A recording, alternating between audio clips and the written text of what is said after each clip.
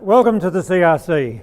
This is the final conference of what has been a tremendous adventure for numbers of us. And I'd like to initially say to James, as the CEO, and to his team, many of whose faces I recall from way back, you did us proud.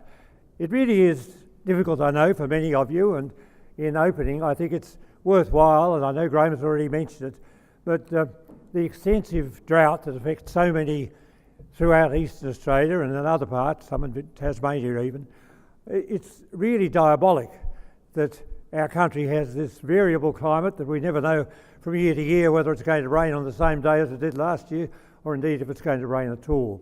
But the point about a drought, as we all know, is they do break. And one of the advantages of this conference is that what we're looking at is not backwards, but looking forwards, and looking at the advantages to you and the industry by the investment that so many people and intellect in terms of letting their flocks become part of the trials, and by the organisations that have participated, and particularly to the individual researchers. Now, there are a number of things that we need to look back on, in the sense that it's from them that today grows. And I was quite interested in the original approach I had from Dr. Rob Warburton, who I understand is somewhere around in the audience, and that was in June 2000, which is a couple of years back. And one of the things he said, in putting the ground rules out as to what we wanted to do in the CRC, was not just look at the industry, and of course it came out of the failure of the fine wool CRC to get an extension to its CRC, and that was in 2000. There was a good deal of controversy about, but one of the things Rob said, which I think is still as active then as today as it was then, and that is that it's the communities, not just the producers, and not just the wool breeders, not just the processors, nor the people who live and work in the industry, but the whole of those little country towns and communities that rely so much on the sheep industry that we need to think about. And if the industry does well, so do those towns, and so do the people who live and work in them. So Rob it was who raised that, and I know it's still very much part of the general charter of the CRC. One thing that I did want to do, though, was to take you back to a speech that our CEO made to the New South Wales Farmers Annual Conference on the 23rd of July 2002. Because the trouble is, when you start something, and it's particularly after something that wasn't a success it might be, is to work out not just the general direction, but the bones of how you're going to perform it. And one of the big objectives was to try and make sure, instead of just thinking of sheep in terms of a flock, we thought of the individual animal. And James set out his parameters for the operation of this CAC back then on the 23rd of July, as I say, in 2002. And James said, during the last 5 years, the average return to producers from sales of wool has represented about 2/3 of income from sheep. Although wool continues to be the major source of income, meat and live export continue to be important sources too. And that, of course, was one of the changes from that wool CRC. You're looking at the animal as a whole, you're looking at the benefits of not just part of the production chain, but the whole chain and what we do with it. And James continued to say, the focus for the CRC is to improve profitability of the sheep industry by optimising returns from meat, wool and skins.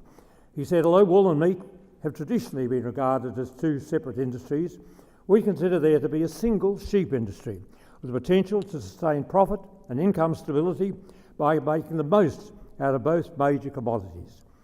James then identified the 5 programs, and in many ways, identifying them, you'll see they have a real relationship to the 10 technologies that we're going to hear about over these 2 days. Program 1 covers strategic science, targeting the anticipated needs of the sheep industry for new technology. Areas of research include genetics, sheep meat science, wool science and parasitology, with a particular emphasis on rapid diagnostic methods. Program 2 supports the transition in the Australian sheep industry towards individual animal management. Our vision is for a more integrated production system based on measurement, managing and marketing of animals according to their individual merit in order to optimise returns from meat, wool and skins. Program 3 is responsible for the implementation of innovation in the sheep industry by providing extension, communication, economic analysis of new technologies and the management of knowledge. Program 4 covers education and training with the aim of ensuring that the Australian sheep industry will have people with the knowledge and skills to implement the new technology. And finally, Program 5 deals with administration, intellectual property management and commercialisation of the CRC outcomes.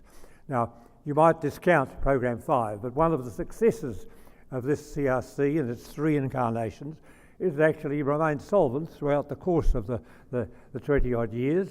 Not only has it remained solvent, but the money has been well spent, well directed, and the outcomes are there for all to see.